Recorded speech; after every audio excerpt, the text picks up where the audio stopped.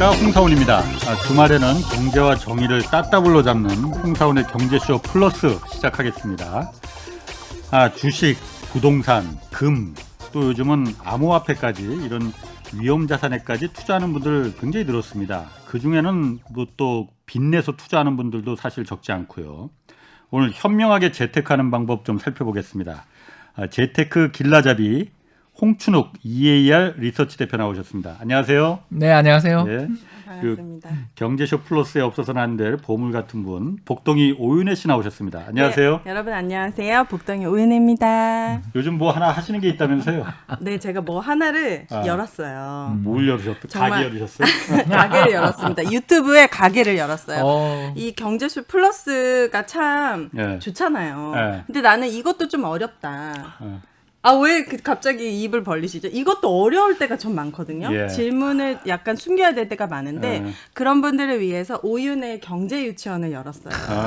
그래서 정말 경알못들, 예. 정말 친절하게 제가 정말 대단한 선생님들 모시고 하거든요. 알겠습니다. 이진우 선생님, 이진우 기자님. 첫 그 번째 바쁜 분이, 선생님으로 해주셨어요. 그 바쁜 분이. 네. 다음번에 이제 또 우리 홍 박사님 또 선생님으로 우리 홍 반장님은 반장 학생으로 함께 수업을 듣는 그런 시간도 왔으면 좋겠습니다. 그거 괜찮네. 네, 좋습니다. 오윤의 경제유치원 많이 사랑해 주세요. 자, 본론으로 들어가 볼게요. 네. 요즘 뭐 우리나라뿐 아니라 거의 뭐 모든 국가들이 다 주식시장이 호황입니다. 뭐 역대급이라고 할 정도로 뭐 저금리에다가 돈이 워낙 많이 풀리다 보니까 이게 네. 부동산에 들어가고 또 주식시장에도 유동성이 많이 이제 공급되다 보니까 그 원인이 된 것 같아요. 자, 홍 박사님 어떻습니까? 돈을 많이 찍어내면 어쨌든 돈이 많이 풀리면 네. 그 다음에 당연히 오는 게 인플레 아니겠느냐. 그래서 인플레 뭐 여러 얘기 있었어요. 여태까지 온다 안 온다. 너 오기는 올 것 같다라는 저는 분위기가 그렇게 받아들여졌거든요. 어떻습니까? 그 우려. 예, 뭐 가능성 있죠. 왜 아. 그러냐면 네. 좀 경제가 어려울 때 물가까지 빠져버리면 뒤가 없어요. 왜 그러냐면 우리가 이제 이런 생각을 하는 거죠. 예. 예를 들어서 어떤 물건을 보러 갔어요. 뭐를 할까요? 그래요. 의류 건조기를 보러 갔어요. 의류 건조기 꼭 있어야 예, 되거든요. 요새 삼신기 중에 하나죠. 네. 의류 건조기를 보러 갔는데 어떤 분이 옆에서 그러는 거예요. 아니, 홍 박사, 네. 조금만 기다리면 저거 가격이 내리는데. 안 사지 그럼. 네, 안 사죠. 실제로 내리고 있어요. 그건 사실입니다. 예. 우리가 예를 들어 몇 년 전만 해도 한 300만 원, 400만 원짜리들이 일반적이었다면 지금은 70만 원대, 50만 원대도 저기서 본 거 기억이 나거든요. 네. 왜 그러냐면 이제 돈을 모아서 지인들 요새 결혼식도 못 가고 그러니까 예. 지인들 이렇게 물건 하나씩 해주잖아요. 그러면서 알아보는데 모델을 선정해 주잖아요. 그런데 예. 보니까 그렇게 생각 밖으로 아주 비싸진 않아서 또 자기는 이 모델이 뭐 그 다용도실에 맞다 이렇게 해서 사줬던 기억이 나는데 대략 한 70만 원대 정도였던 것 같아요. 그러니까 많이 내린 거죠. 네. 자, 근데 이제 예를 들어서 이게 곧 30만 원 된다. 아니, 만약에, 가정이지. 네. 우리 전자레인지처럼 된다. 예를 들어서 10만 원대도 있잖아요. 네. 10만 원 밑에도 있고 저는 그런 것도 본 것 같아요. 예. 그러니까 그런 정도로 가격이 내리게 된다면 예를 들어 예. 사고 싶어요 지금? 조금만 안 사. 기다리면 되니까? 네. 그죠? 무슨 말인지 아시겠죠? 이런 기대가 끝없이 확산이 되면 조금만 기다리면 더 싸게 사는데 뭐하러 사? 예. 이런 마음들이 사람들 마음속에 다 사로잡게 되면 신제품을 내놔도 안 팔리고 조금만 가격을 인하하면 그것 봐 더 내리겠지. 자, 이렇게 돼버리는 나라가 하나 있죠. 일본이라고. 일본. 예, 그 일본이라고. 디플레이션 아니에요? 그렇죠. 아. 그래서 세계 경제가 다 일본처럼 디플레에 빠져들 것 네. 같은 위기가 오니까 예. 전 세계 중앙은행들이 합심해서 윤전기 버튼을 누른 거잖아요. 어. 돈을 찍어내고 있지 않습니까? 예. 양적 완화라는 이름의 윤전기를 돌리고 있죠. 예. 그래서 그 돈을 돌리면서 경제가 이제 어떤 일이 지금 벌어지고 있냐면 자산 시장은 인플레, 예. 주가, 부동산, 뭐 코인 등 이런 건 뭐 급등하고 있는데 비해서 우리의 월급 예. 그리고 우리 KBS 출연료 이런 건 안 오르고 있죠. 1원도 안 오르던데 1년째. 네. 제가 사장 되면 올려드릴게. 아이고야. 네. 다음 생에 믿습니다. 사장 되실 수 있어요? 진행하시고 빨리. 저 되게 난처하대요. 난 이게 재밌어. 윤혜 씨 잘하고 있어요. 알겠습니다. 그래서 이런 것처럼 세계 경제가 난처한 상황에 빠져든 거죠. 예. 인플레는 나는데 그게 원하는 인플레, 임금 인플레가 나는 게 최선인데 왜 그래야 소비가 늘어나니까. 근데 그러니까요. 정작 주식 투자하시고 부동산 투자하시고 뭐 코인이든 골드든 아무튼 이런 데 투자하신 분들의 매매 차익에 따른 이익이 나니까 예. 양극화가 심해져 버려요. 양극화. 그러니까 재테크를 하고 집을 사고 뭘 하는 사람들은 기본적으로 조금 여력이 있는 사람들이기 쉽죠. 특히 주식이 그래요. 예. 맞아. 그러니까 전체 사람들의 분포를 살펴보면 우리나라 전체 가구의 한 60%만 집을 갖고 있어요. 이것도 많이 는 거예요. 지난 5년 사이 5%는 거예요. 엄청나게 늘었지만 그래봐야 한 60%. 그리고 주식을 의미 있게 보유한 가게는 10% 20%밖에 안 되거든요. 의미 있다라는 게 뭐냐면 자산에서 그래도 한 20% 30%씩 들고 있어야 의미가 있을 텐데 거의 그렇게 안 들고 있단 말이에요. 다들 그냥 소액으로 예전에 투자하다가 물려서 죄송합니다. 그래서 비자발적인 장기 투자자가 되는 나 맞아요. 이거 잊어버렸어. 내 마음에서 지운 주식들 있잖아요. 그러다가 이제 지금 좀 보니까 올라서 팔고 그러시는 분들 있죠. 예. 그리고 치킨 먹자 이런. 그것도 그러니까 소비로 연결은 돼. 예. 아까 치킨. 또를- 갑자기 침이 고이는데요. 그래서 침이 고이세요. 전 눈물이 고이는데 지금. 미안해.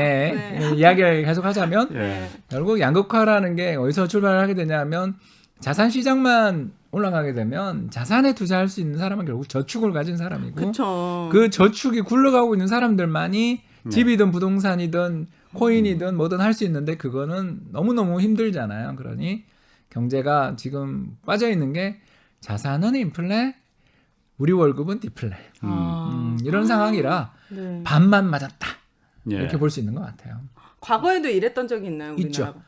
2008년 이후에도 잠깐 이랬잖아요. 우리 그때 보시면 2008년 글로벌 금융위기 이후에 종합주가 지수가 900포인트 간 적이 있었어요. 엄청 내려갔네요. 네.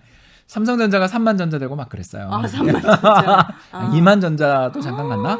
아무튼 그 정도로 굉장히 쌌었어요. 예. 그랬던 게 그 2년 뒤였던 2011년. 그러니까 2009년 초에 바닥을 쳤으니까 딱 2년 만에 2230포인트까지.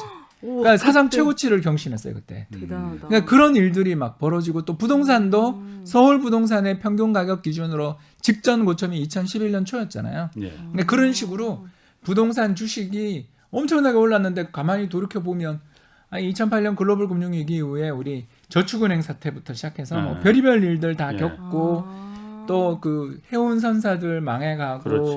예. 또 제철회사 망한 그룹도 기억나시고 중공업 주식들 정말 어려워하고 회계분식 사건까지 벌어지는 그 길고 긴 있었죠. 불황이 예. 사실 그 뒤로도 계속 이어졌지만 자산시장만 2011년에 반짝, 주식도 반짝, 부동산도 반짝했던 적이 있었잖아요. 그렇기 때문에 경제라는 게 그 정부의 마음은 임금 인플레를 원할 거 아니에요. 그죠? 소득 주도 성장. 와, 예. 우리가 오래간만에 하는데. 맞아요. 그 많이 의도는 좋은 들어봤어. 거예요. 그러면 내 임금이 올라야 성장이 의미가 있지. 뭐 자산 가격만 오르는 성장이 무슨 그러니까. 의미가 있어? 그 의도는 굉장히 저는 좋다고 생각해요. 내 주머니에 돈이 들어와야 그렇지. 쓸 거 아니에요. 그러니까요. 아까 건조기도 사고. 그리고 치킨도 먹고. 예. 먹고 싶다. 네. 그래서 이 치킨을 끊어야 되는데 네. 안 돼요 정말. 계속 이야기를 하자면 그래서 이런 부분들은 매번 경제 반복되는. 위기 이후에 반복되는 경향이 있어서 좀 경제 위기 이후에 불평등이 심화된다는 이야기들을 그래서 종종 하고 또 그 뒤 경제 위기가 해소되고 완화된 다음에 수년이 지난 다음에 일자리도 늘어나고 임금도 좀 오르고 이러면서 좋아지는 경향이 있다는 점을 생각하면 희망이 없는 건 아닌데 예. 현재만 보면 저게 왜 저렇게 오르는 거야? 라는 그 답답함, 나만 뒤처지는 거 아닌가 그러니까요. 싶은 초조함. 그런데 내가 모은 돈은 얼마 없는데 투자했다가 지금 들어갔다 물리면 나 이건 어떡하나 하는 이 불안함, 그 안전 추구에 대한 성향이 맞아요. 맞부딪히니까 이렇게 다들 관심은 있는데 돈 번 분들은 실제로 보면 자랑하시는 분들은 있긴 있지만 사실 그래요. 평균적인 주식 수익률 통계 딱 봤더니 마이너스라는 이야기도 나오고 그러는 거죠. 그러니까 그 얘기를 하더라고요. 그러니까 주변에서 돈 많이 벌었다는 주식으로 벌었다는 사람들이 네. 의외로 굉장히 적더라. 3명 중에 2명은 오히려 손해를 봤더라라는 통계도 맞습니다. 있더라고요. 이번에 나온 그 자본시장연구원이라는 예. 우리 금융투자협회라고요. 우리나라에 있는 여러 금융기관들이 네. 모여서 만든 협회가 있는데 그 협회사 하나에 있는 연구소에서 나온 재밌는 보고서가 바로 뭐였냐면 이제 동학개미들은 어떤 성과를 냈는지를 네. 지난해 3월에 사서 지금 3월까지, 올해 3월까지 네. 그거 참 그냥- 궁금한데. 아니 왜냐면 지수는 지금 사상 최대치까지 막 78% 찍었잖아요. 정도 올랐거든요. 주가가. 그럼 그 돈 누가 다 번 거예요 그러면? 78% 올랐는데 그때 뛰어든 신규 계좌를 그 이후 열었던 분들의 누적 수익은 마이너스 2%. 아, 뭐야? 왜 그랬냐고 너무 봤더니 신기하네. 이유가 이제 두 가지인데 네. 하나는 매매를 너무 많이 해요. 그래서 수익 자체는 플러스 5%가 6%가 났는데 네. 7, 8%를 다 세금 어. 애국자 의도치 않은 애국자 증권거래세라고 되게 높은 세금이 있거든요. 예. 거기다 농특세도 붙죠. 우리 알고 있습니다. 아, 세금이 있구나. 예, 그 네. 주식 거래세가 네. 우리나라 꽤 센 편이거든요. 예. 거기에 엄청나게 돈이 들어가서 그래서 작년 우리나라 국가재정 보면 거래세에서는 풍년이었어요. 그런데 두 번째가 이제 더 문제가 뭐냐면 작년 올해 사이에 주식시장의 주도주가 바뀌었거든요. 언제 바뀌었냐면 지난해 연말 올해 초 사이에 바뀌었죠. 주도주가 뭐냐면 시장에서 가장 가격 상승을 주도하면서 사람들의 입에 많이 오르내리는 기업이 주도주라고 볼 수 있는데 네. 작년은 이제 BBIG, BBIG. 예, 뭐죠? 배터리, 배터리. 바이오, 배터리 바이오. 인터넷, 게임. 게임. 아 진짜 게임 많이 했죠. 어. 아, 지는 내가 생각을 못했었네. 전혀 다 하나도 내 주식에는 없었어. 저희 아들놈들 그 게임을 못하게 하느라고 얼마나 싸우고 사이가 나빠졌는데. 아니 왜냐하면 온라인 수업하니까 예. 컴퓨터를 앞에 안 앉혀놓을 수가 없는데 예. 아시는 것처럼 아, 네네. 우리도 잘 억제가 안 되는데 저도 지금 분명히 책 써야 되고 원고 어디 보내야 될 게 있는데 딴짓하고 있잖아요. 저는 이제 SNS 하고 있지만 예. 아이들은 다 게임이잖아요. 예. 그래서 참 그 BBIG. 그래서 지금은 뭐예요? 근데 지금은 표현이 좀 그렇지만 올드보이. 올드보이? 예, 올드보이의 귀환이라고 저희들 부르는데 건설, 아. 은행, 그렇지. 철강, 화학, 예. 조선 2010년대 초반에 부활해요. 10년 만에. 예. 그러니까 이런 주식들이 가니까 시장이 한 주식만 쭉 계속 뽑아 올리면 좋죠. 투자하기 좋지. 그렇죠. 그게 작년에 그랬죠. 그냥 근데 가만 놔두면 되니까. 그 수익률 표를 보니까 지난해 연말을 고점으로 해서 올해 다 수익률이 급격히 나빠지신 게 그림에 나오더라고요. 그걸 보면서 주도주 변화하는데 또 따라가지 못하셨구나. 그치. 그러니까 이제 올해 오르는 기업들의 특징이 뭐냐면 굉장히 싼 기업들이라고 해서 다 오르는 게 아니고 원래 주식이 그래요. 예. 빠질 땐 같이 빠지는데 진짜예요. 아. 주식은 빠질 때는 공도공망이야. 근데 오를 때는 절대 같이 오르지 않아요. 아, 너무 신기하다. 예, 이게 주식시장의 특징이에요. 그래서 주식시장은 주도주 못 잡으면 되게 어렵거든요. 네. 작년에 주도주는 BBIG 딱 정해져 있으니까 뭐 소부장 펀드 딱 정해져 있으니까 뭐 예를 들어서 4차 산업혁명 펀드 이러면 딱 정해져 있는데 올해는 그 주식들보다는 다른 쪽에서 지금 오르고 있는 거죠. 그럼 왜 오르냐 이렇게 봤더니 일단 공공조건축 재개발에 뭐 공공택지 개발한다 그러니까 건설 회사들 몇 년간 앞으로 수주 걱정 없이 잘 되고 있는 게 딱 보이고 두 번째가 전부 온라인에 밖에도 못 나가고 집에 다 있으면서 인테리어 붐이 불었죠. 그죠? 그쵸. 네, 그렇게 되다 보니까 뭐 건자재, 가구, 목재부터 뭐 그 주방용 가구 이런 것들 굉장히 오래 걸리는 거 이야기 들으셨을 거예요.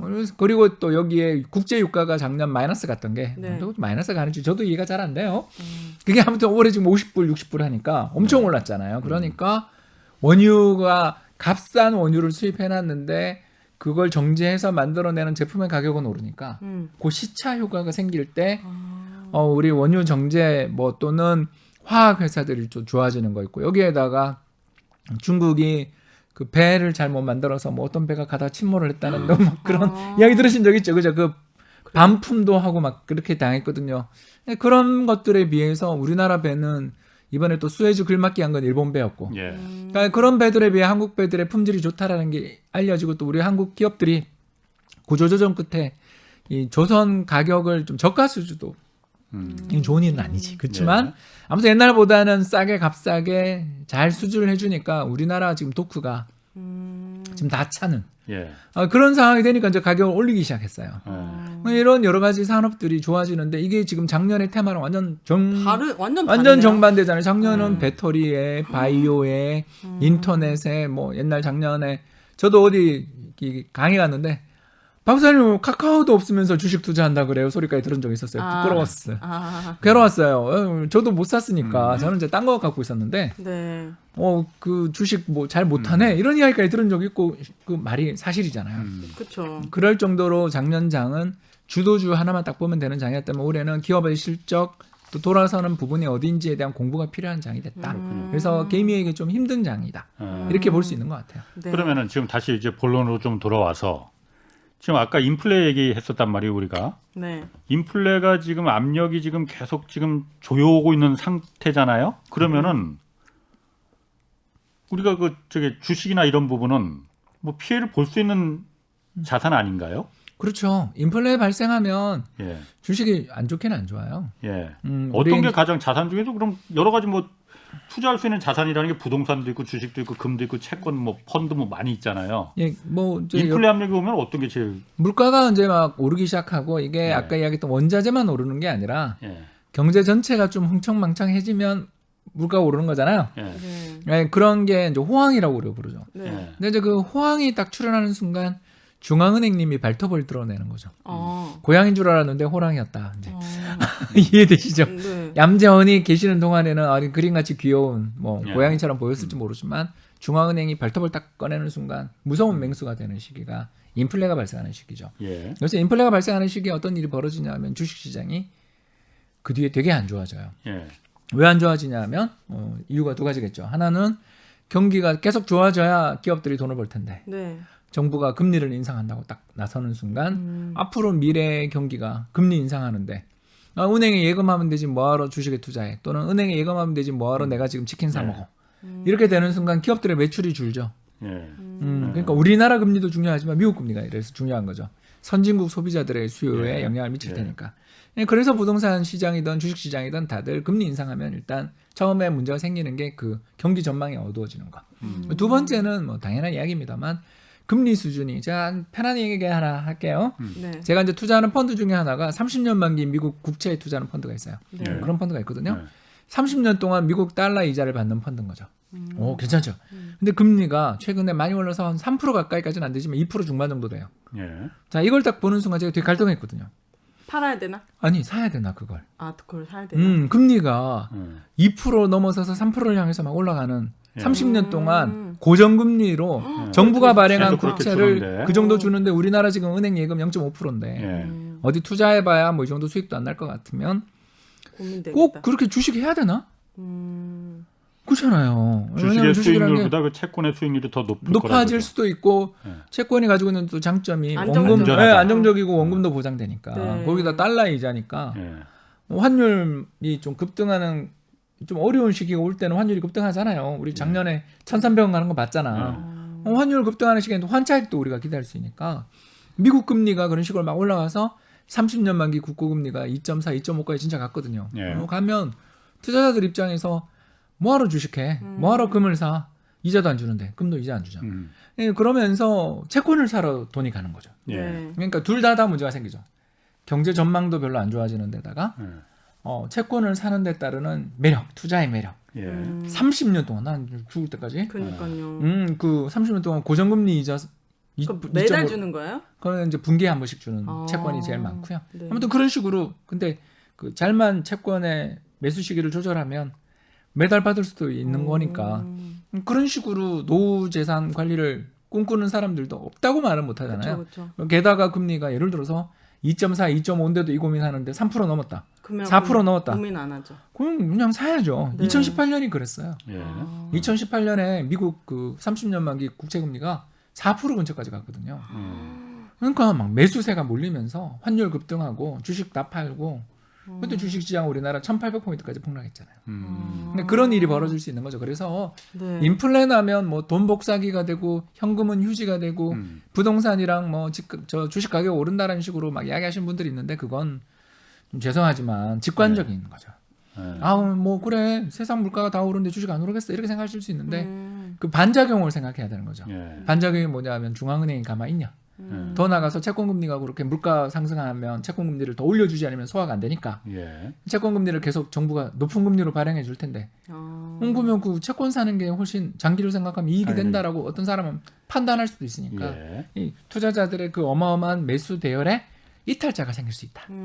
이런 거죠. 그럼 채권을 사면 되겠네. 그렇죠. 바로 우리 은혜 씨의 이야기가 정답인 거죠. 그래서 그냥 채권을 사면 되겠다. 채권 살 수 있는 방법이 이제 되게 많아졌어요. 그래서 네. 편해요. 뭘 사면 되냐면 주식 시장에 가가지고요. 예. 증권 우리 HTS를 네. 열어서 MTS를 열어서 모바일로 네. 주식 그럴 거래 줄 시스템을 알아요. 딱 열어가지고 뭘 찾으면 되냐면 ETF 항목을 가요. 네. 네. 네. ETF 봤어요. 가면 거기서 채권이 있어. 네. 그래서 저 같은 경우는 우리 한국 국고 10년 선물 이런 걸 좋아하는데요. 선물이라고 무서워할 필요 없어요. 채권은 가격이 굉장히 안정적이라서 현물, 선물 뭐 이렇게 그 변동이 별로 안 커요. 그러니까 작년에 있었던 것 같은 미국 원유 선물 이런 거랑 달라요. 그거는 정말 변동이 엄청 크니까 절대 개인이 투자하면 안 되는 상품이지만 네. 채권 선물 상품들은 그냥 그 채권 가격을 잘 추적하느라고 그걸 투자하는 것 뿐이지 네. 가격을 굉장히 금리도 다 받아주고 하기 때문에 채권의 종류가 많잖아요. 뭐 미국, 그런데 이제 미국. 추천하고 싶은 거는 아무래도 정부가 발행한 채권이 좀 안정적이니까 그거 왜냐면 국공채라고 하는 그렇죠 국공채 또는 국채 국채. 뭐 또 특수채까지도 앉잖아요. 특수채가 뭐냐면 네. 한전 이런 데서 발행. 아. 사실 뭐 신용도는 정부 신용도랑 비슷해야죠, 그렇죠, 그죠? 그렇죠. 또 금융채라고 있는데 금융채는 뭐냐면 은행들이 발행한 채권들. 그것도 안전하겠죠, 그죠? 네. 네, 이런 여러 가지 채권들을 투자할 수 있는 방법들이 있으니까 그렇네요. 정리를 다시 하자면 인플레이션이 막 부각돼서 막 돈 복사기네, 휴지 종이는 종이화폐는 휴지가 되네, 막 이런 이야기가 들리거든. 에이, 들리거든. 왜 아직 안 들리지만 이제 조금씩 들리죠. 어. 근데 이제 그런 이야기가 다 나오고 또 중앙은행에서 걱정하는 이야기들, 금리 인상에 대한 이야기가 솔솔 풀리기 시작하면 예. 오히려 채권을 사야 되는. 그래서 실제로 그 과거에 우리나라가 외환위기 이후에 지금까지 그 물가가 급등했던 시기가 한 5번 정도 있었거든요. 예. 꼭 급등이라는 게 몇십 프로 갔다는 뜻이 아니라 네. 안정됐다 갑자기 올라왔던 게 네. 한 5번 되는데 그때를 조사를 해보면 5번 다 그 뒤 1년 동안 채권 수익률이 제일 좋았어요. 그러니까 왜냐하면 이제 투자자들이 패닉에 빠져서 예. 채권 투자하면 안 돼 하고서 채권에서 돈을 다 뺐다가 채권 금리 레벨 자체가 되게 매력적인 레벨이 되니까 아까 제가 이야기했던 것처럼 저 정도면 내가 좀 물려도 사서 뭐 한 30년 들고 있으면 되지 뭐. 그러니까 이런 생각을 하는 사람들의 매수세가 나오는 순간 채권 가격이 이제 상승하기 시작하는 거죠. 반대로 금리는 떨어지겠죠.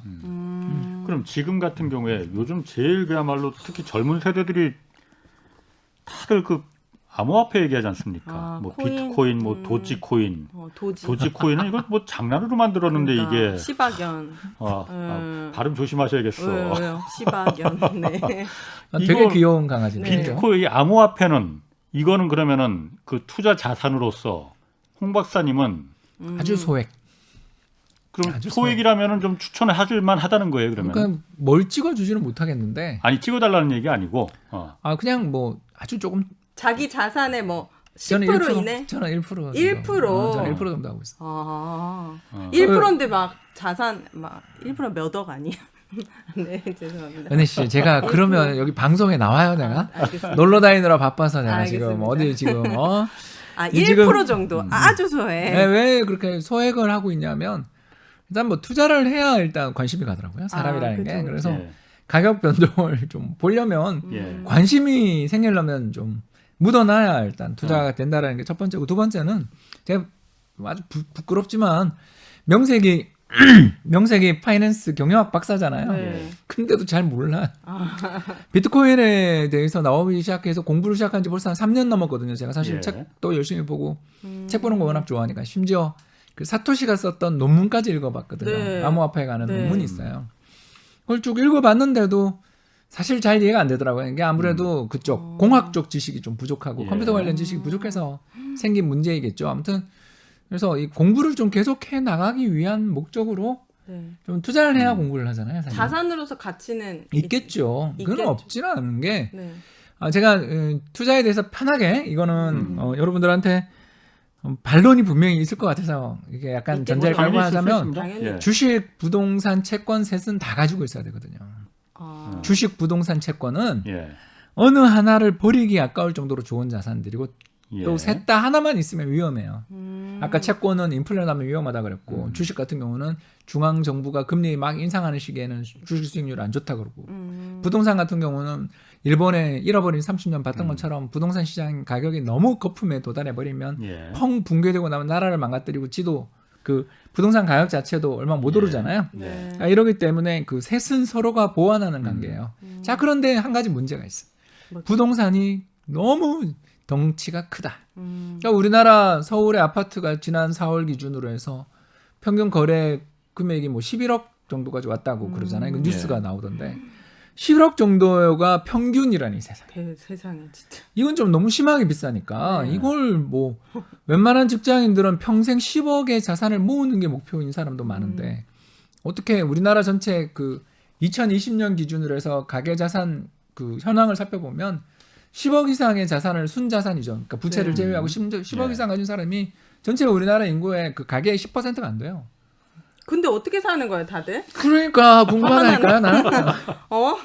아마 평균의 왜곡이 좀 있었겠죠. 평균의 왜곡이 뭐냐면 우리가 10명이 있는 방에 앉아 있는데 네. 우리 10명이 있는 방에서 연봉을 재보면 예를 들어서 5천만 원이다. 이제 이렇게 가정을 하는데 갑자기 문을 열고 이건희 회장님 돌아가신 이건희 아이고야. 회장님이 나타나셨다 그러면 우리 연봉이 갑자기 몇 억으로 다 뛰잖아요. 예.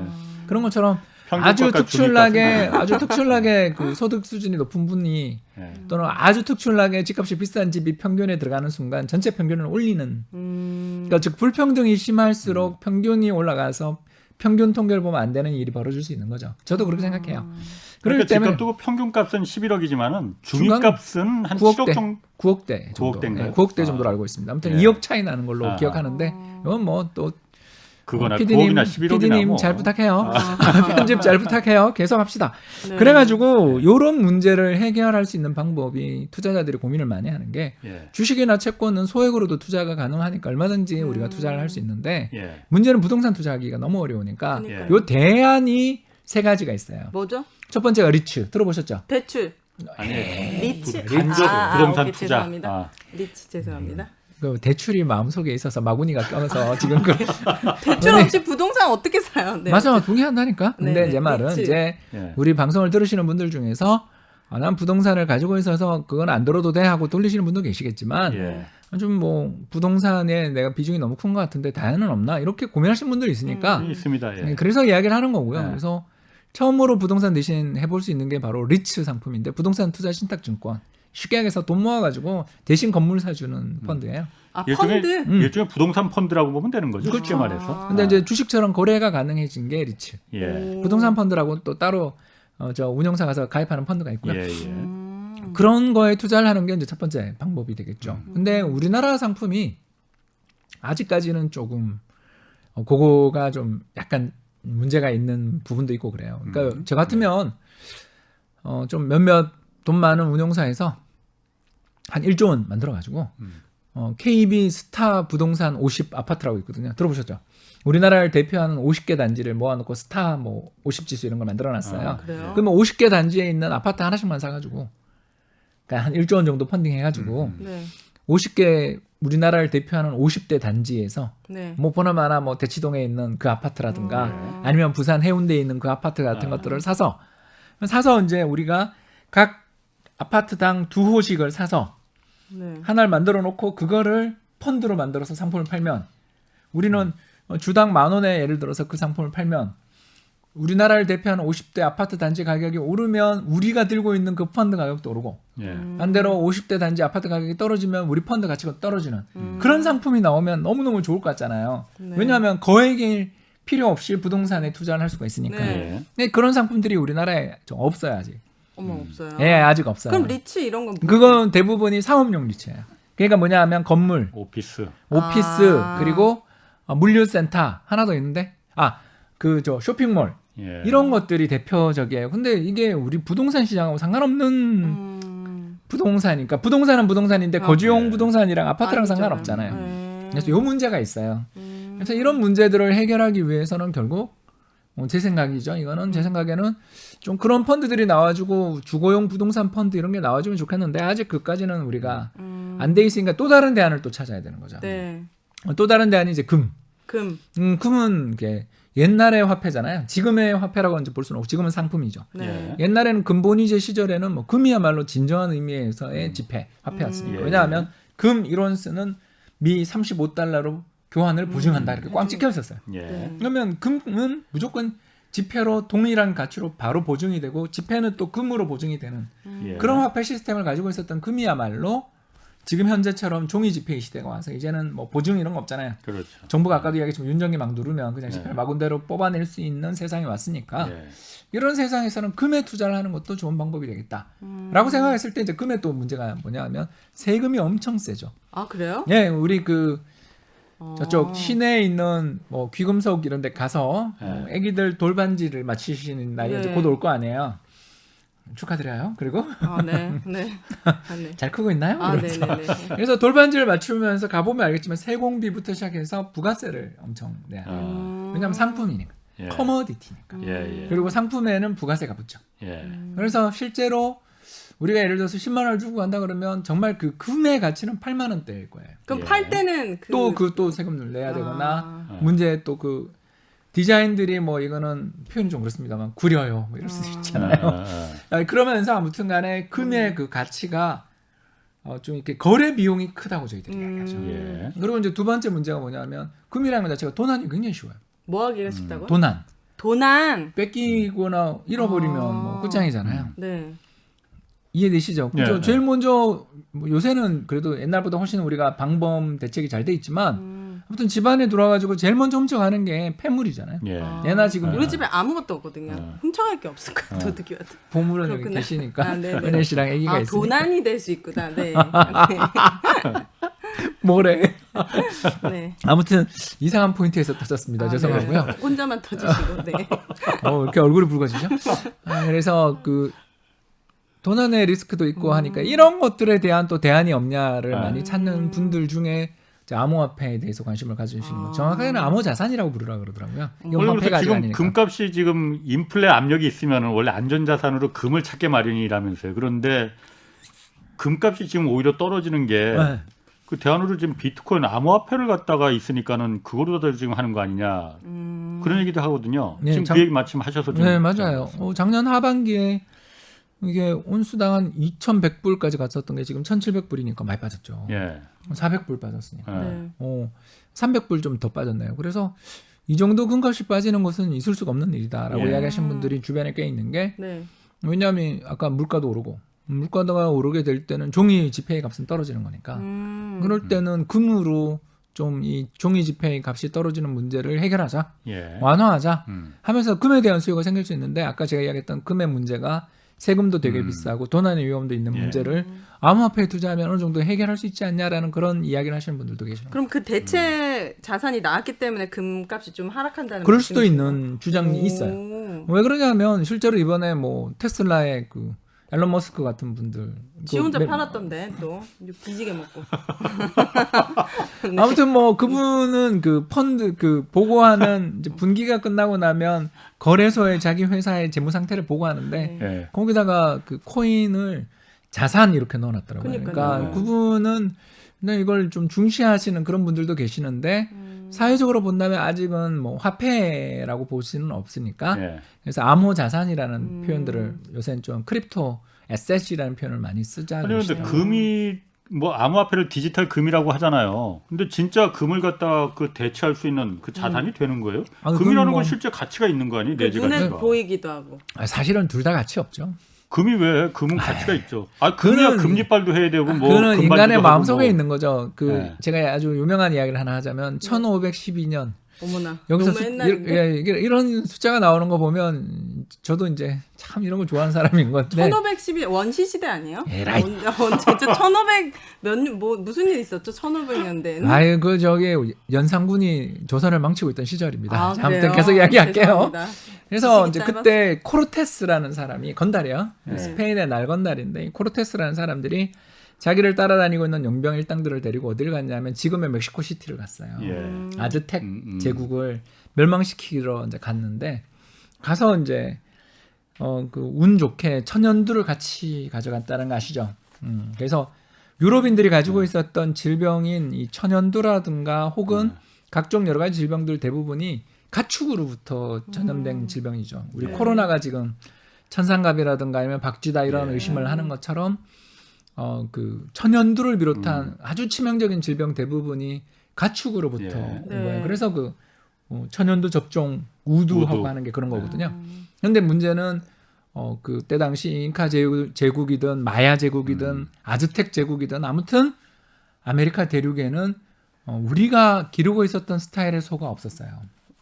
아메리칸 들소라고 절대 가축으로 길들일 수 없을 만큼 난폭하고 덩치 큰 몇 톤짜리 막 5톤짜리 6톤짜리 그런 애들밖에 없어요. 그렇게는 안 될 겁니다. 아마 그건 코끼리인 것 같아. 지금 헷갈렸고요. 뭐 실수가 나와야 재밌는 거 아니겠습니까? 계속 하자면 그런 상황에서 아무 대응이 없었던 사람들한테 천연두가 번지면서 순식간에 인구가 멸망하고 또 더 나가서 그때는 그 아메리카 대륙에는 말이 없었거든요. 그러니까 우리 옛날에 보고 있던 저 서부극에 인디안들이 말 타고 나타나는 걸 전부 다 엉터리거든요. 아예 그 아메리카 대륙에 말이 없었어요. 그럼 도망도 못 가고. 인디언들 그 서부 영화에 나오는 말 타고 나오는 거 다 그건 다 거짓말이에요? 19세기 이야기예요. 19세기 이후에 그 이후?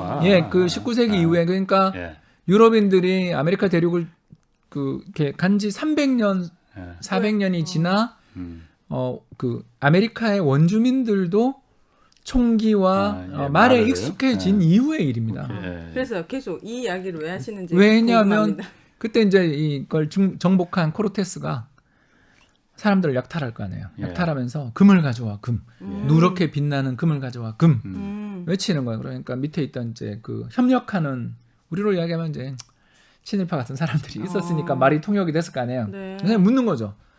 이건 물렁물렁해서 금이 물렁물렁하잖아요. 찍으면 이빨 자국이 딱 나올 정도로 물렁물렁해서 전쟁에 없는데. 쓸모도 없을 뿐만 아니라 또 이게 우리 입장에서 볼 때 입을 수도 없고 먹을 수도 없는 물건인데 이걸 왜 당신은 그렇게 찾냐 이렇게 물어요. 그러니까 코르테스가 유명한 이야기를 합니다. 뭐죠?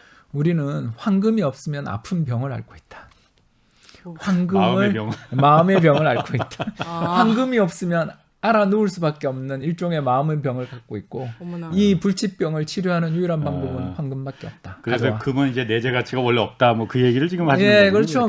결국 사람들이 금은 귀한 거야라고 이야기하니까 아메리카 원주민들 입장에서 금은 하등에 쓸모없는 것이었던 것에 비해 유럽 대륙에서 오는 사람들한테만 금이 소중한 것으로 여겨졌던 거죠. 문화에 따라 은을 그렇게 보는 데도 있잖아요. 그러니까 아시아는 은이에요. 은수저, 은자기 뭐 이런 것부터 시작해서 은화에 대한 수요가 굉장히 컸던 건 아시아고 유럽은 금이었거든요. 근데 이제 금이 이렇게 세계적인 화폐가 된 건 결국 유럽인이 세계를 정복했기 때문인 거고 자신의 선호를 강요한 거지 뭐 그게 정말 내재 가치가 있었다라는 것은 아메리카 원주민들이 들으면 웃을 일이죠.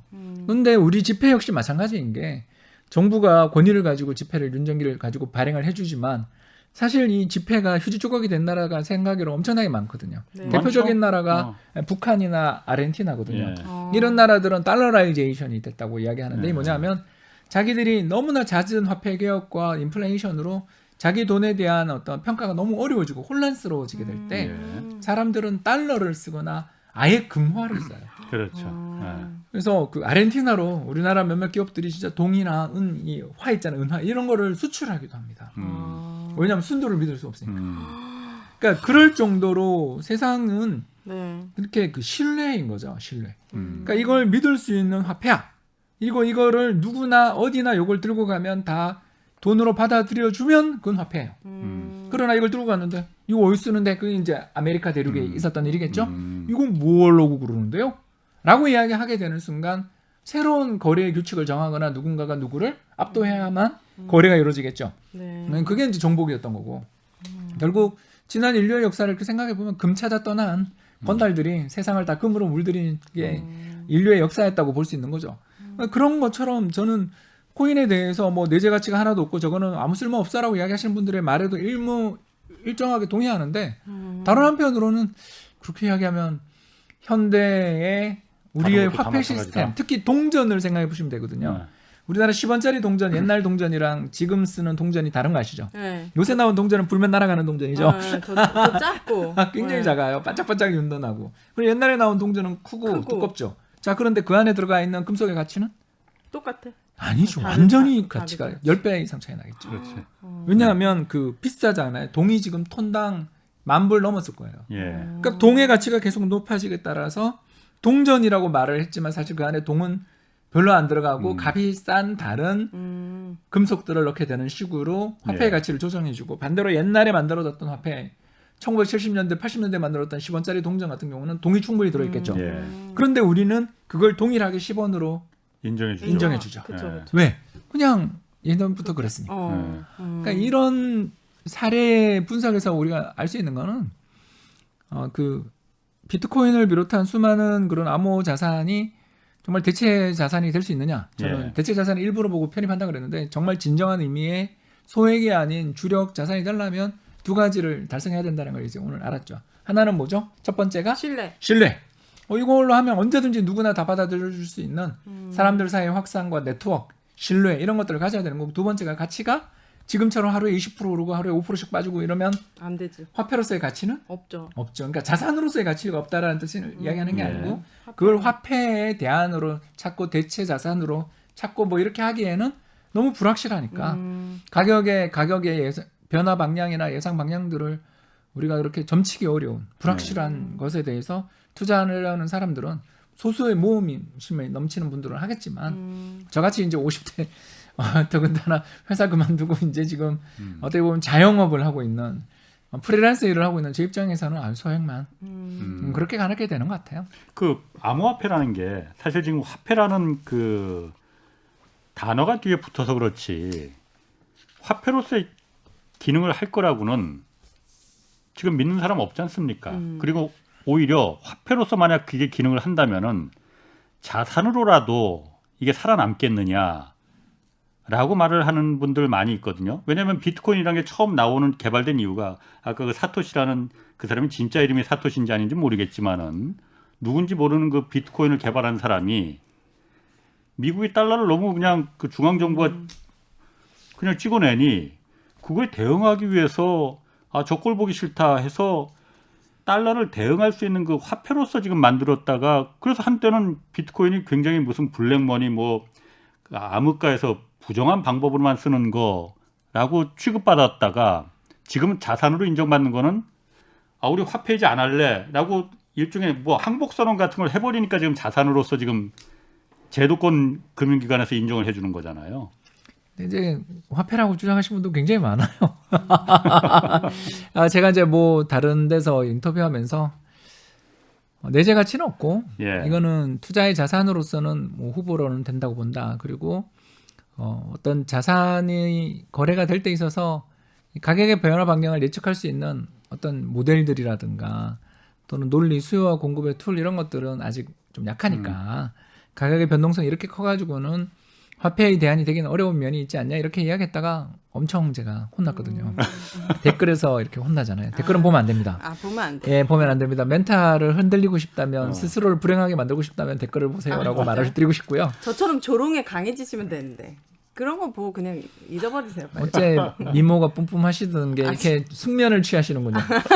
저는 잠이 안 오는 때가 있어요. 그래서 네. 제가 뭐 아까도 이야기했지만 공부를 하고 있음에도 불구하고 잘 모르겠어요. 그래서 자 그러면 홍 박사님 제가 이거를 궁금한 어렵네. 거거든요. 듣는 사람들도 아마 그거에 궁금한 게 이걸 거예요. 뭐죠? 조금이라도 좀 1%라도 좀 한번 그 잘 모르시겠다고는 하지만은 전문가시니까 해보시니까 아까 말한 대로 대체제 투자 자산으로 이거 비트코인이라는 암호화폐를 추천하고 싶으십니까? 안 하고 싶으십니까? 저는 별로. 예, 너무 그 변동이 커서 전체 자산에서 차지하는 비중이 올라갔다 내려갔다 그러는 게 예. 제가 추구하는 운용 스타일하고는 좀 맞지 않더라. 그래서 사실은 예전에는 좀 진지하게 투자를 해볼까도 고민을 많이 했었었는데 네. 최근에는 조금 겪은 저희 입장에서는 일단 실망이 조금 있어요. 왜 실망이 있냐면 뭐 가장 유명한 게 블랙 선데이라고 해서 좀 2주 전 일요일 날 벌어졌던 하루 20% 폭락이 나타나는데 어머나. 그 폭락 과정에 나온 뉴스 근거를 보는데 뭐 터키 중앙은행이 예를 들어서 암호화폐 관련돼 있는 또는 암호자산 관련돼 있는 회사를 뭐 압수수색을 하고 폐쇄를 하고 있다고 하는데 전 이 대목에서 궁금한 게 아니 터키가 세계 경제에서 차지하는 비중이 1%도 안 되는 거기 무슨 상관이 있다고? 예, 그러니까 그 설명이 잘 안 되는 그러니까 뭐, 논리적으로 이게 왜 맞습니다. 오르고 왜 빠지는지가 그렇죠. 잘 이해가 안 되면 설명이 되지 않는 가격 움직임이 나타나는 건 스트레스가 되는 경우가 종종 있어서 네. 그런 거에 조금 저는 이제 보수적으로 조금 바뀌고 있는 중입니다. 오히려 그런데 젊은 사람들은 그거에 열광하는 거거든요. 지금 아로하나라는 국내에서 개발된 그 뭐 암호화폐는 출시된 지 30분 만에 그 1000배가 올랐다는 거거든요. 네. 그러니 젊은 사람들이 이게 저는 사실 이 암호화폐가 뭐 무섭다. 들어보면은 네. 옛날 그 바다 이야기라고 그것도 있었잖아요. 그게 자꾸 연상이 돼서 야 이게 언젠가 정말 도박 같고 약간 정말 한 번에 다 휴지 조각이 돼버리는 어. 막 그 풍비박산이 나버리는 그런 사태가 날 수도 있지 않을까. 그런 걱정 사실 솔직히 됩니다. 뭐 그래서 알겠습니다. 뭐 그런데 젊은 사람들이 뭐 하지 말란다고 해서 안 할 것도 그럼요. 아니고. 그럼 자, 저는 이게 궁금합니다. 소액의 1억 미만의 소액의 종잣돈을 이렇게 잘 굴릴 수 있는 재테크 방법, 이렇게 투자하는 비율 같은 거 알려주세요. 제 생각엔 달러 자산이 제일 마음이 편하더라고요. 달러. 그러니까 요 전략은 예.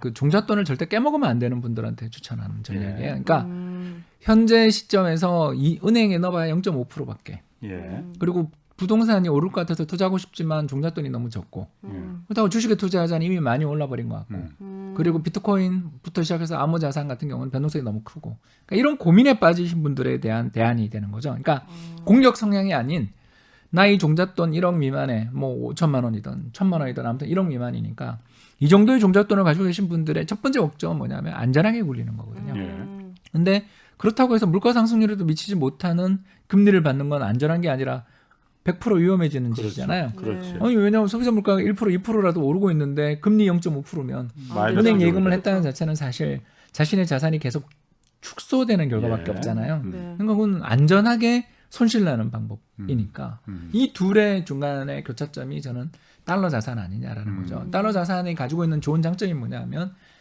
불황이 왔을 때 금융시장이 얼어붙을 때 가치가 상승하는 그걸 저희들은 안티프라이자라고 그러는데 이게 뭐냐면 충격에 강한 자산인 거죠. 예.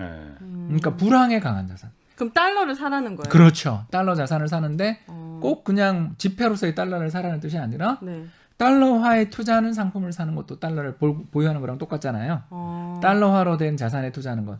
어떤 가장 뜻이 예를 들면 뭐 대표적인 게 미국 세 가지. 예, 그렇죠. 세 가지가 있죠. 첫 번째 제일 쉬운 방법은 외화예금. 외화 예금. 그렇죠. 진짜 달러를 드는 거죠. 외화예금에 가입해서 은행에 그냥 통장에 넣어놓는 거죠. 인출할 수도 있지만 인출해봐야 뭐 어차피 이자도 못 받고 환전 수수료 비싸니까 은행에 넣어두는 게 제일 편하겠죠. 네. 그게 이제 외화예금. 예. 근데 이 외화예금의 단점이 뭐냐면 매매 수수료가 좀 있죠. 은행 가서 환전해 보시면 알잖아요. 맞아요. 살 때 팔 때 환율이 다르잖아요. 예. 그러니까 이런 문제들을 좀 완화시켜주고 거래도 잘 되게 만들어 놓은 상품이 바로 뭐냐면 달러 선물 ETF라고 들어보셨을 겁니다. 그러니까 달러에 투자를 해주는 예. 외화 예금을 대체하려는 목적으로 만든 상장지수 펀드. 요거는 좀 매매 수수료도 적은 편이고 거래도 잘 되는 편이니까 추천할 만한데 예. 여기서 이제 한 발 더 나가서 근데 제가 불황이 왔을 때 수익이 나는 자산을 지금 투자를 하는 거잖아요. 네. 그렇다면 불황이 왔을 때 아까 박사님 이야기하시기를 물가 급등했다가 이렇게 안정되기 시작할 때 채권이 최고 좋다고 이야기하셨으면 미국 채권에 투자할 방법은 없습니까?라고 또 질문을 하실 수 있죠. 예. 아니, 그럴 때 할 수 있는 자산이 바로 뭐냐면 미 국채에 투자하는 ETF가 또 있습니다. 미국채 ETF. 미국 국채 ETF가 있습니다. 여러 회사에서 출시되어 있습니다. 그러니까 그런 상품에 투자를 해도 되고 또 아까 우리 은희 씨 이야기한 것처럼 외화증권 계좌를 개설해서 해외 주식 투자를 해도 어차피 달러를 보유한 거랑 같죠. 근데 다만 우리나라 경제가 어려울 때 미국은 뭐 좋겠어요? 둘 다 안 좋고 주가라는 건 결국 우리 주가 빠지면 미국 주가도 빠지는 거고 미국 주가 빠지면 한국도 빠지는 거니까 투자를 한다면 굳이 주식에 투자를 하는 것도 재미는 있겠지만 예. 좀 저 같은 경우는 아까도 얘기했지만 3분 소액으로 하고 좀 미국 국채나 리츠 같은 미국은 아까 리츠가 잘 돼 있다 그랬습니다. 그렇구나. 중국 국채는 중국 채권은 어떻습니까? 그러면은 중국채. 좀 그래 흔히들 이런 얘기를 해요. 좀 그러니까 쉬세요. 일을 줄이세요. 중국 채권은 미국 채권처럼 그렇게 10년, 20년짜리 채권 살 수 있겠느냐? 매력이 있는지 위안화. 왜냐하면 우리가 중국의 어쨌든 체제에 대해서 미국처럼 그렇게 안전하다 이렇게 믿을 수 있다 생각하진 않잖아요. 네. 예. 그게 제일 문제죠. 예. 이번 엔트그룹 사건 보셨죠? 예, 마윈 마윈이 가지고 있던 엔트그룹에 대한 중국 정부가 상장도 포기시키고 예. 더 나가서 경영권도 뺏는다는 이야기가 지금 무섭다. 국유화시킨다는 이야기가 들리잖아요. 네. 그러니까 이런 걸 보면 중국 최고의 부자인 마윈 회장조차 예. 미운 털이 한번 박히면 또는 중국 정부 정책이 봤을 때 이건 아니다라고 판단하면 그 사람 재산도 예. 된다라는 것도 우리나라 우와. 그 중화권 최고의 미녀라는 판빙빙 네. 그 반성문 쓰고 막 자기 재산을 기부하고 하는 거 네. 보셨잖아요. 그러니까 그런 것처럼 무섭다. 어떤 시스템 자체가 분명 그 효율적으로 지금까지 구성되어 왔을지 모르지만 예. 재산권 이게 내 거라는 것에 대한 인정과 보호 면에서 아직 조금 갈 길이 있지 않냐. 예. 그러다 보니까 중국 국채 투자하라고는 제가 좀 말씀드리기 어려운 부분이 있는 것 같아요. 그러네. 그러다 보니 대안을 찾다 보니까 근데 유럽 국채는 마이너스 금리니까 그렇죠. 유럽. 그래서 플러스 금리이면서 기축통화 국가인 미국 국채에 대한 펀드들을 최우선으로 추천한 것이지 뭐 다른 나라 펀드를 하지 말라는 게 아니라 불황에 강해지는 성격이 있는 자산에 좀 알겠습니다. 일부 투자를 해놓으면 이게 굉장히 종잣돈 굴리는데 편리하다. 예. 편리하다. 왜냐하면 우리나라가 경제가 어려워지고 내가 삶이 힘들어질 때가 가장 그 종잣돈을 모아놨던 필요가 수요가 충족되는 네. 순간인데 그때 열어봤더니 환율이 상승한다든가 금리가 떨어져서 그 내 종잣돈의 가치가 이미 올라 있다면 다른 우리나라 원화 자산은 모두 가치가 빠지는데 예. 네. 그 녀석은 환율이 상승하고 채권의 가격이 상승한 덕분에 가격에 올 상승이 나타났다면 얼마나 이쁘겠어요. 그리고 그 돈을 들고 오면 우리나라에 어떤 자산이든 다 빠져 있을 거 아니에요. 경제가 어려울 때 오면 네. 우리 작년을 생각해 보면 주식 가격이 삼만전자도 보고 그랬잖아요. 그렇다면 그때 사고. 그때 좀 사면 아니 뭐 다 사는 건 무서우면 일부라도 삼으로써 자산이 이제 굴러가기 시작하는 거잖아요. 수익을 낸 걸 차익 실현해서 그걸 저평가된 자산을 사는 예. 이게 재테크의 왕도를 걸을 수 있게 해주는 그런 방법이 아닌가 생각됩니다. 그렇구나. 네, 또 하나 좀 그 궁금한 거. 아까 처음에 말씀하셨듯이 그 우리나라 그 개미 투자자들이 네. 실제로 수익률이 그렇게 좋지 않더라 말 이유가 너무 빨리 사고 팔고 하니까 매매를 너무 빨리 하니까 자주 그렇다고 하고. 했잖아요. 네. 근데 저도 그 얘기 들었어요. 주식 살 때는 수면제도 같이 사라. 묻어두고 잊어버려라. 그러니까 보지 마. 장기 투자가 좋은 겁니까 그러면은? 아니요, 그거는 정해져 있지 않아요. 종목마다 다를 것 같아요. 그럼요. 예, 저 은혜 씨 정말 저는 동의하는 게 예. 주식은 자기 성향을 좀 봐야 돼요. 예. 오늘 다 하기는 어려운 주제인데 간단하게 이야기해서 어. 성격이 좀 급하고 예. 활발한 기질을 가지고 계시는 분들은 예. 모멘텀 전략이 어울린다 이렇게 저희는 이야기를 많이 하거든요. 예. 모멘텀이 뭐냐면 수익률이 좋은 순서대로 주식을 이렇게 순서를 매긴 다음에 네. 최근 수익률이 좋았던 주식을 예. 집중적으로 매입하는 전략을 모멘텀 전략이라고 해요. 예. 이게 쉽게 얘기해서 달리는 말에 올라타라. 상승 잠재력이 있는 기업을 사라. 상승 추세를 타고 있는 기업을 사라라는 게 바로 이 모멘텀 전략의 핵심이죠. 이 모멘텀 전략은 그러니까 자기가 생각했을 때 상승 추세가 무너졌다 싶으면 빨리 말해서 내려야죠. 예. 예. 그러니까 그렇기 때문에 단타가 될 수도 있는 거죠. 근데 꼭 그게 단타다 아니다고 말할 수는 없지만 이 전략 자체가 상당히 잘 들어맞는 분들도 많습니다. 반대편에는 당연히 가치 투자 전략이 존재하죠. 기업의 내재 가치를 분석해서 현재 주가 대비 싸게 거래되고 있는 기업을 사자. 근데 이제 이 전략을 하려면 장기 투자를 해야 돼요. 왜? 시장이 언제 이 회사의 내재 가치를 알아줄지를 그치. 모르니까. 기다려야 그러니까 기다리는 수밖에 없는 거죠. 즉 길목을 지키는 전략이죠, 이게. 어. 어떻게 오를 거라고 생각되는 잠재력을 가지고 있는 기업을 미리 길목을 잡아서 포수가 토끼 기다리듯이 예. 매복하고 있는 거죠. 근데 토끼 안 온다고 자꾸 일어서서 어슬렁거리면 사람이 인기척 보고서 도망갈 수도 있겠죠. 따라서 이런 전략을 쓰는 사람들은 장기 투자가 적합하다고 볼 수도 있는 거죠. 예. 그렇기 때문에 주식에 왕도라는 게 딱 정해져 있고 이것만 하면 무조건 돈 번다는 전략이 있으면 모두가 그걸 다 따라해서 수익은 사라져 버릴 거예요. 예. 그래서 여러 가지 다른 전략이 있다 보니 시장에서 이런저런 이야기가 들리는 것 같습니다. 알겠습니다. 아유, 오늘 시간이 부족하네요. 뭐 홍사원의 경제쇼 플러스 오늘 여기까지 하겠고요. 네네. 홍춘욱 EAR 리서치 대표 그리고 오윤혜 씨 두 분 고맙습니다. 네. 감사합니다. 감사합니다. 네. 주말에는 경제와 정의를 따따블로 잡는 홍사원의 경제쇼 플러스 오늘 여기서 마치겠습니다. 고맙습니다.